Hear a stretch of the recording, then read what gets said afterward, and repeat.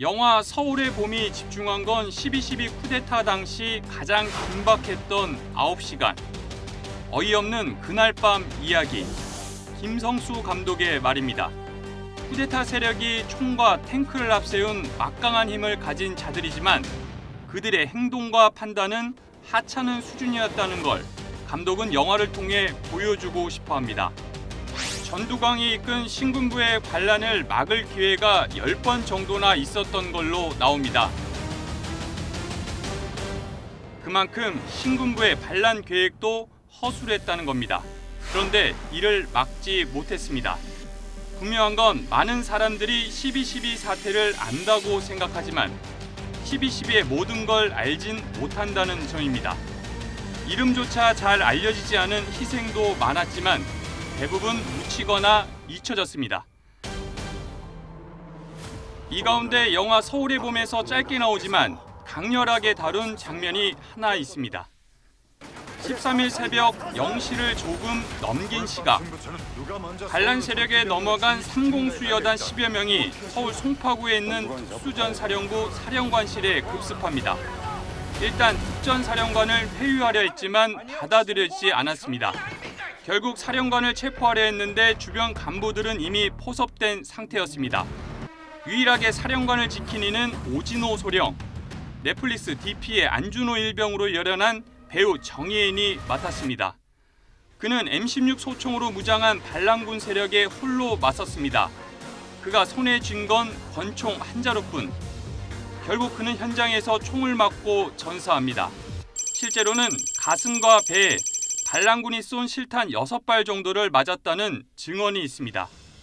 그는 실존 인물입니다. 바로 김호랑 소령. 당시 체포작전을 지시한 박종규 중령은 김호랑 소령과 같은 아파트에 살며 가족들과도 친하게 지낸 사이였습니다. 어느 편에 서느냐에 따라 운명이 갈린 두 가정사의 비극이었습니다.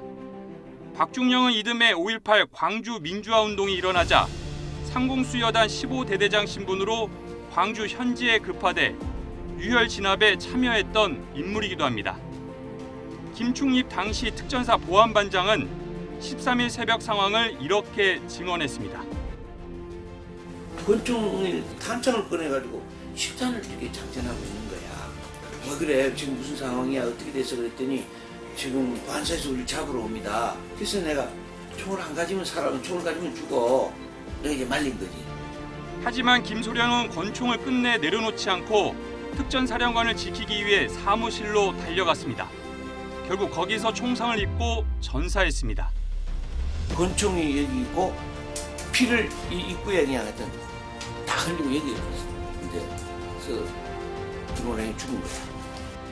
그때 김소령의 나이는 36살이었습니다. 김소령은 눈을 감은 뒤에도 수모를 겪어야 했습니다. 반란군은 그를 특전사 뒷산에 그냥 묻었다고 합니다. 이후 그의 시신은 국립서울현충원 유골안치소에 보관되다가 1980년 2월이 되어서야 국립묘지에 정식 안장되었습니다. 그리고 10년 뒤 중령으로 추서되었습니다. 가족들의 불행이 이어졌습니다. 사건 이후 아내 백영옥 씨는 충격으로 시신경 마비가 되어 실명했습니다. 그럼에도 남편 사망에 대한 진실 규명을 위해 노력했습니다. 백 씨는 노태우 정권 때인 1990년 전두환, 노태우, 최세창, 박종규 등을 상대로 소송을 진행하다가 이듬해 부산에 있는 자신의 집에서 숨진 채 발견됐습니다. 당시 경찰은 난간에서 떨어져 숨진 실족사로 결론지었습니다. 형 김태랑 씨는 김중령 사망 이후 상황을 이렇게 전했습니다. 조용히 있었죠. 가만히 있었죠. 겁이 나가지고 혼자서 막 울고 그랬죠. 동생의 행동과 죽음에 대해 한동안 입 밖으로 내기 어려운 상황이었습니다. 경남 김해가 고향인 김중령은 육사 25기로 소위 인간 이후 맹호부대 소속으로 베트남 전쟁에 참전하기도 했습니다. 이후 특전사 30수여단 중대장, 특전사 작전장교, 정보장교, 그리고 특전사 50수여단 중대장에 부임됐습니다. 그리고 12.12 쿠데타가 발생한 1979년에 특전사령관 비서실장으로 발탁됐습니다. 박근혜 정부 때인 2013년 김호랑 중령 무공훈장 추서 및 추모비 건립 결의안이 국회를 통과했습니다. 하지만 군은 버틸 때까지 버텼습니다. 당시 김관진 국방장관은 결의안에 대해 대법원 판결은 존중하지만 전투에 참가하거나 직접 지역에서 공격에 대응하는 등 전투에 준하는 직무 수행인지는 전문가 의견을 들어봐야 한다고 답했습니다. 사실상 반대 입장을 표명한 것입니다. 김중령이 나온 육사도 검토 중이란 말을 반복했습니다.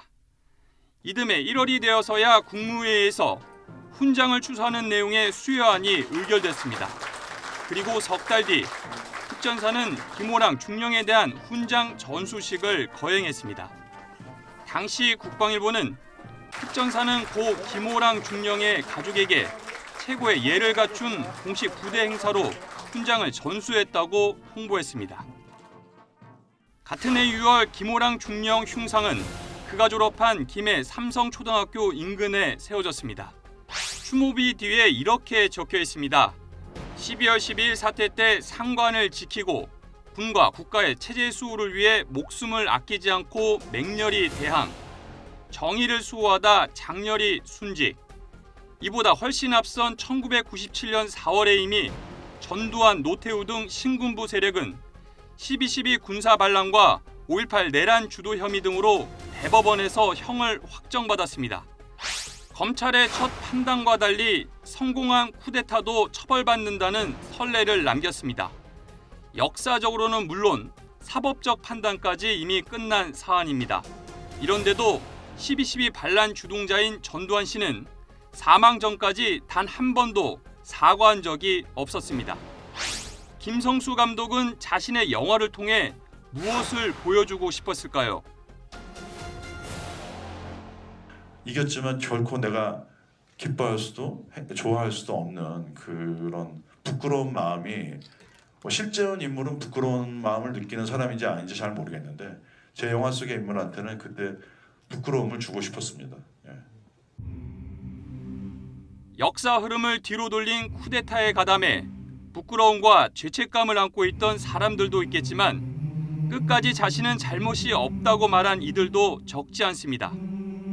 반란 이후 정권을 잡고 최고 권력에 가까워질수록 더욱 그랬습니다. 마치 영화 서울의 봄의 엔딩곡이 군가 전선을 간다인 것처럼.